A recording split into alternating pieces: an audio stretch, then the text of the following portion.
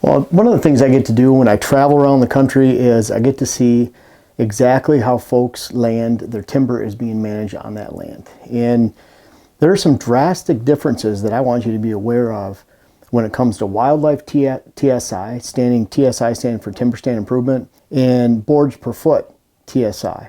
Really big difference if you're actually looking to improve wildlife or improve your future boards per foot. And I'm not saying that you can't have both, but you always have to sacrifice, and there's always a balance. I learned long ago, I was ordering trees. I ordered 9,000 trees over a 2-year period from 95 to 97 when I had my land in the Thumb area in Michigan by Cass City. I was along the Cass River, Severance Road, for you, those of you who know. But I planted 5,000 trees one year, 4,000 the next, and I was looking at wildlife restoration. There's a great person from Tuscola County Conservation District. I believe it was Tuscola County. His name is Jeff.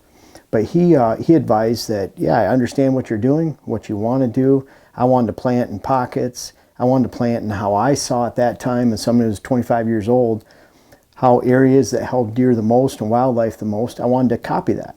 And I wanted to copy that with the diversity of planting, pockets. And he said, and I wanted cost share assistance, and that's where the kicker came in. I could not have cost share assistance, and because the state was looking for reforestation and future boards per foot, not wildlife restoration. And there's a big difference. And I learned that at the age of 25. I'm 50 now. And I learned that right off the bat, and it made sense the way he explained it. And it still makes sense to this day that if the state was giving me a break on tree planting and helping me and giving me cost share assistance, they wanted that revenue back in the sale of future timber and boards per foot. So a lot different planting activity than actual wildlife restoration. And I learned right then, and I knew before even going in, which is why I wanted to order those trees that way and I wanted to plant them that way, that there was a big difference between wildlife restoration and reforestation. Big difference. Unfortunately, what I see a lot, even still to this day, 25 years later, is that folks are enrolled in a timber management program that is producing boards per foot, not wildlife enhancement or reproduction, species, attraction. There's a big difference. And so I want to go over some of those differences, and I want to see you, and I want to help you avoid some of those pitfalls and traps that I see clients fall into all the time, where they think that they're actually hiring someone from the local conservation district, whatever it might be, to write them up a plan based on the wildlife objectives for why they purchased the land in the first place, and they get sucked into a timber program that actually hurts their potential of wildlife. And I want to talk about that throughout this video, and I think it's important because you really need to manage your timber well. I'll talk about the balance of doing both on your property, and I think it can be done, but you have to follow some rules, and we're going to talk about these steps right here. When you have a timber harvest, and what you're looking for is, you need to think more, I want hardwood regeneration. Hardwood regeneration is a type of woody browse that is critical for deer during the fall and winter months. They have to have that hardwood regeneration. In fact, I've talked before that hardwood regeneration will give deer food and wildlife cover from October to November, December, January, February, March, all the way from the beginning of fall all the way to the end of winter. And so a lot of times that hardwood regeneration is really critical, and that hardwood browse is very critical for 6 months out of the year. Now I want to contrast that to some of the practices. We'll go over some of these in a little bit, and girdling is one of them. But even forestry burns, where you're using fire to release forbs and forages. Those forbs and forages and a lot of the fire practices on wildlife parcels, they're producing a great amount of forbs and forages during the summer months. That's at a time when the local habitat's already a 10 out of 10. It's already doing really well. And sure, there's areas where you can open up and provide more forbs and forages, but this is at a time of abundancy in the whitetail woods. It's a time of abundancy in wildlife woods in general. So you're offering this at a time where you're really missing the mark. If you have a bullseye on habitat, and when your wildlife and deer need it the most, it is not during June, July, and August. So if your property is peaking in June, July, and August, and you follow those practices, and I'm not saying all those practices are bad, but what I'm saying is you really have to look at the end results. And if you're getting end results that specifically target June, July, and August, and not October, November, December, January, February, March, then you have failed as a habitat manager, whether you're looking for managing wildlife or whitetail. So it's really critical that you look at the timing of when you're providing forage. And that critical woody browse is important because it's not just the browse that's created, it's the cover. And I'll give you an example. We'll touch on this next, is aspen regeneration in northern areas. So critical for grouse, but it's also critical for other little critters, and especially whitetails, woodcock, cutting strips of tag alder perpendicular to creeks and rivers in those northern settings. They need those areas for worming and nesting. And so there's a lot of other critters that benefit from cutting and hardwood regeneration. And if it just goes back to that focus of producing boards per foot, you have to consistently ask yourself, again, are you growing trees or do you want to grow wildlife? And it's really important to know the difference between the two, and we'll keep talking about those differences. So critical woody regen represents 2 out of 3 feedings for daylight. And this could be woody shrub tips, could even include briars in that browse category. It could even include acorns. Those are all, and acorns are not woody browse, but they are the same digestibility type that fits into that same class that deer need during their bedding hours during feedings 1 and feedings 2. Again, deer feed 5 times in a 24-hour period.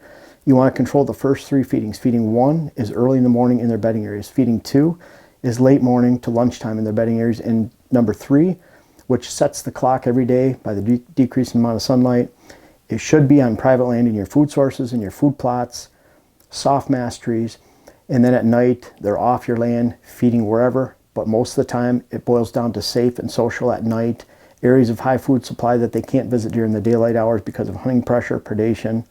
They just don't want to expose themselves to humans. So you're focusing on feedings 1, 2, and 3 in that woody browse and those type of components, whether they're woody shrub tips, weeds, briars, hardwood regeneration, even a few acorns or chestnuts thrown in. That meets their need for their bedding hours, those 2 feedings 1 and 2 during the day, and then number 3, you want them on your high quality food sources. And on public land, that high quality food source might be a clear cut with, again, hardwood regeneration, and also that equals cover. So critically important when you're completing this, that you want this, that you want to promote this on your land. Number 2, girdling is more of a fad. I call it a lazy man's way out for timber production, meaning that instead of harvesting the tree, you're just girdling it, let it stand. What I find is in a lot of places, foresters or timber harvesters are looking at girdling, and I would say not timber harvesters as much, but they're almost looking at it as an excuse to do girdling, and then they're going to talk about wildlife conservation at the same time, that this is good for wildlife. Well, folks, you know what they're usually girdling? High hardwood regeneration trees like aspen, basswood, ash, box elder. They're girdling trees to kill them. What that does is it kills it all the way down to the root system. And so that tree is basically standing there dead. And I'm showing you some video right now, or Dylan's showing you some video right now, but I was just on a client property in Illinois last Thursday, and we saw some horrible girdling activities. For one, all the girdling was focused on their aspen regeneration and poplar. And so a lot of times people use those terms, and I know there's different species of poplar trees, aspen, but for right now, we'll just lump them all in the same category, and we'll use the slang term of popple. So we'll just say popple. But popple regeneration is, like I said, in the north, it's critical for various species and cover, rabbits, snowshoes up there, grouse, and then of course deer cover, but it's important for food. And so when you see a forester coming on a wildlife property or timber harvesters, and they're girdling those popple, which is the most prolific regeneration browse species that they have on the property, folks, that is a bad thing. In the video I'm showing you, there's a few of these trees, not just popple, that were girdled, and they're actually going to fall on the trail, on their main access road going onto the property.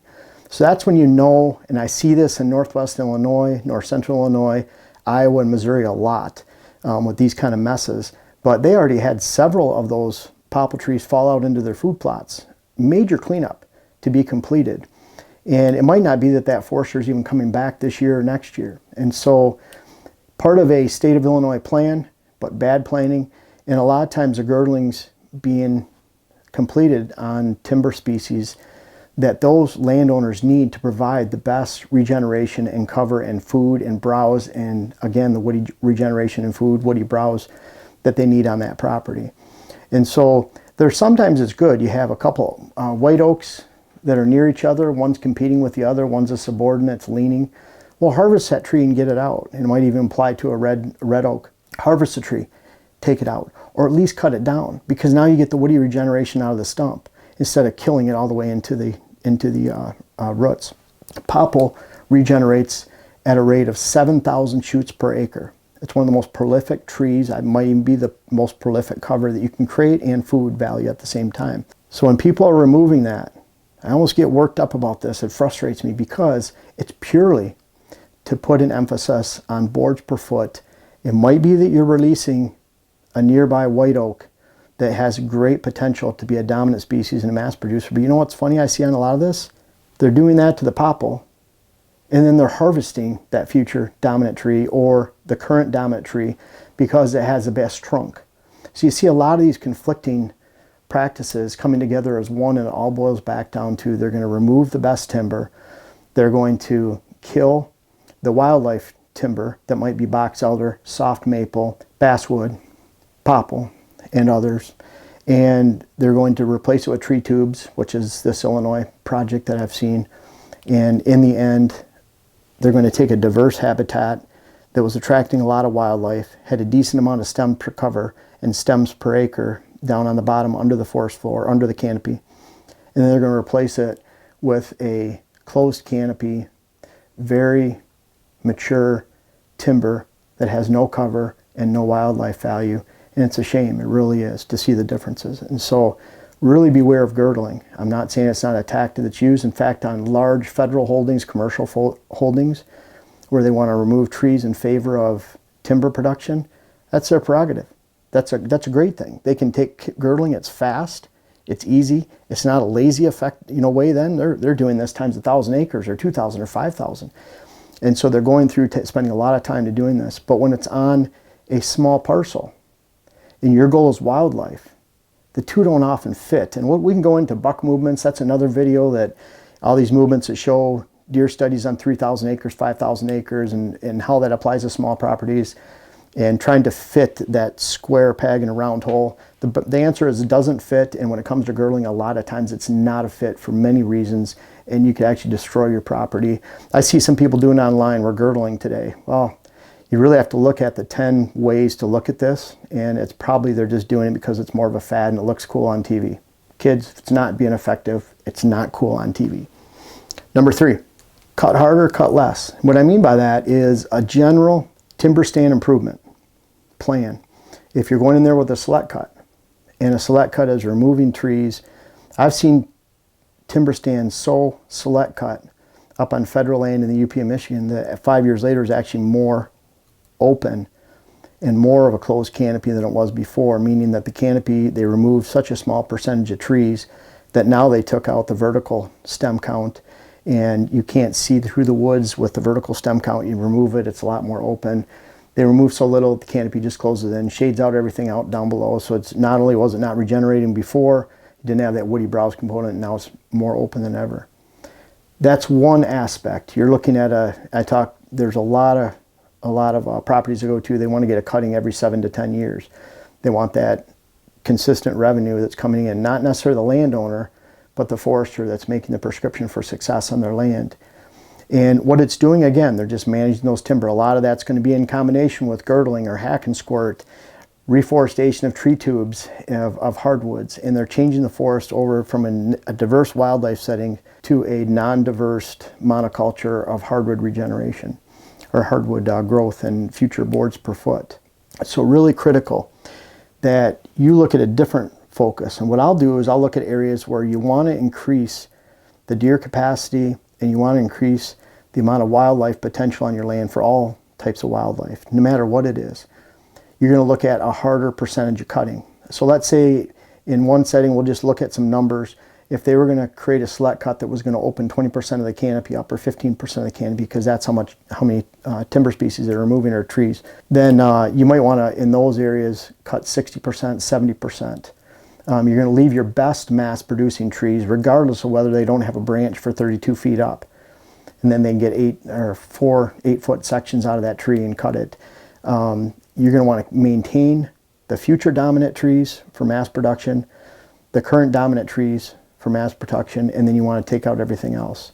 And so you're going to have a lot of leaners and subordinates you can take out, and other species. So you shouldn't just be harvesting those hardwoods. You're harvesting 60-70% of that canopy, taking it out, getting a lot more regeneration on the ground and a lot more wildlife for it.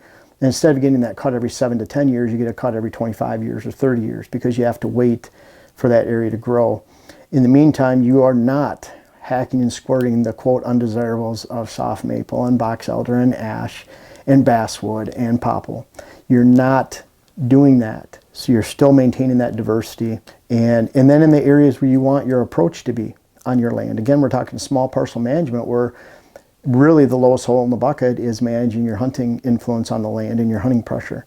So you want areas that are mature timber to access. You want to have the biggest beautiful trees in the neighborhood, and you want those to maintain.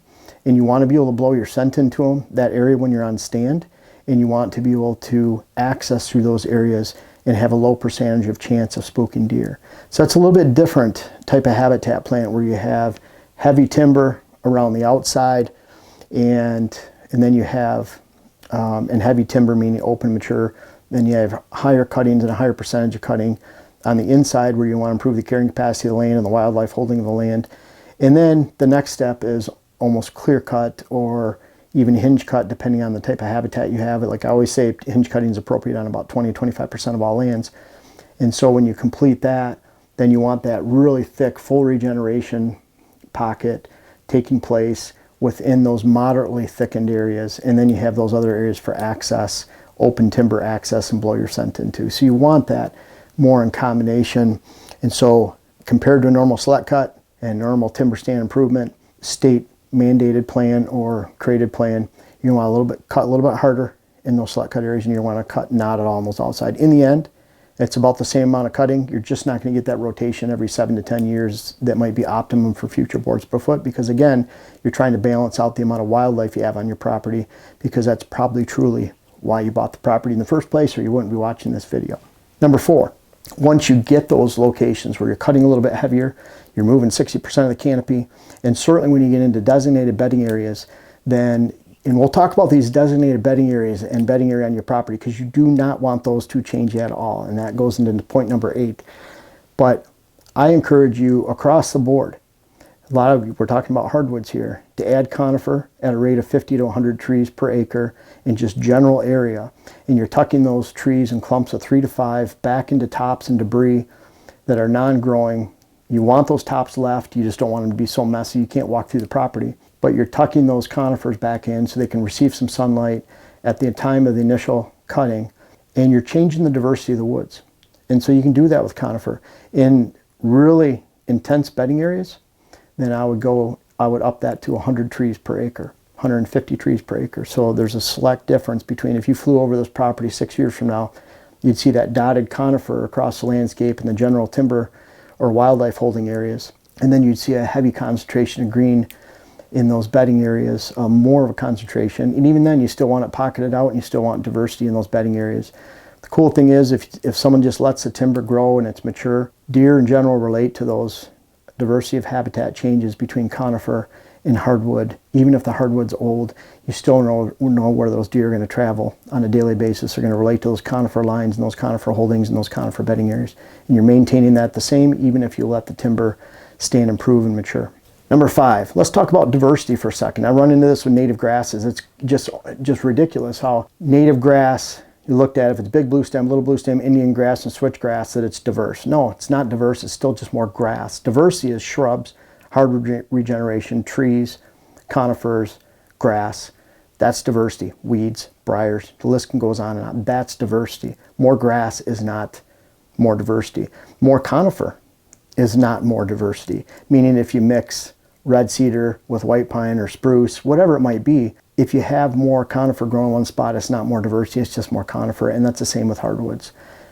Sure, you can get acorns out of oak production if you have white oak, red oak, but when you're mixing cherry, white oak, red oak, hard maple, hickory, walnuts, that's not more diversity, that's just more hardwood. And so you still need the hardwood regeneration. You still need some conifer. You still need some open areas. Some grassy areas are great too. That's why if I buy another property When I buy my next property, it's going to have a percentage of ag land. And the local farmer's not going to like me too much, because if I buy 80 acres and it has 30 acres of ag, that 30 acres is going out of ag production, and I'm actually creating wildlife, because ag is not wildlife acres either. That's a completely another video that we're stepping into there. But I want that ultimate diversity. And so when you have open ag land or pasture land that you can convert immediately, you can provide that diversity right away. Easy to do very quickly. So again, going back to hardwood diversity, that's why I have a question mark. If it's hardwood and it's different species of hardwood, it's not true diversity, and you're not going to find your wildlife potential. It's not just, you know, in all these things, I'm not talking about like you're not going to find your wildlife potential, meaning that, well, you'll get 80% of the way there or 90%. No, you're not even come close. You're talking 20% of your potential, 30% of your potential if you do this poorly. And that's what I'm concerned for. If it was only a difference of 10%, it's not going to be a big deal. But there are drastic differences from someone managing their property for wildlife and applying that balance of timber stand improvement for boards per foot and wildlife restoration, as opposed to someone who's just pushing boards per foot. Cleanup, number 6. After the logging has taken place. And this could even be poor logging practices. Again, going back to Illinois, I see this down there. It's pretty bad. I don't see this as much in Wisconsin, Michigan, because it's primarily a lot of times the same companies doing it. But I'll see this in Illinois, over into Iowa. And what I find is that after a logging project, and I'll say this is bad, where they remove 10 to 15 acres of timber, and they take all the hardwoods, and then they go through and, quote, hack and squirt and kill all the remaining non-hardwood species, which were all the wildlife species. So now there's no regeneration. They tree tube it at 700 to 800 trees per acre. And I'm telling you, the landowner did not want this. And so when we point out what happened, what actually happened, they're not very happy at all. And so then we had to take a dozer into some of these areas, and we've had to clean them up so that deer can even walk through them, so that a person could even walk through them. And then you're trying to basically bulldoze them up and open them up so that you can scarify the ground, and hopefully there's good rootstock in the ground and seeds and weeds from briars, shrubs, hardwood regeneration, and you're really trying to make that area useful. I've seen areas that have been completed like that 15 years later, 5 years later, a deer can't walk through it, we can't walk through it. We can't even go look in that portion of the land because we're not going to crawl through the whole thing. So it needs to be opened up afterwards. That does not mean removing tops and debris. Tops and debris are good. Here and there, you don't want to put them in any particular area. I've had clients ask me, or even readers, viewers, should we put these tops and debris in piles, randomly spaced, a certain amount per acre? No, just let them lay where they are. Make things easy for yourself. You just have to clean them up, make sure that deer can move through them.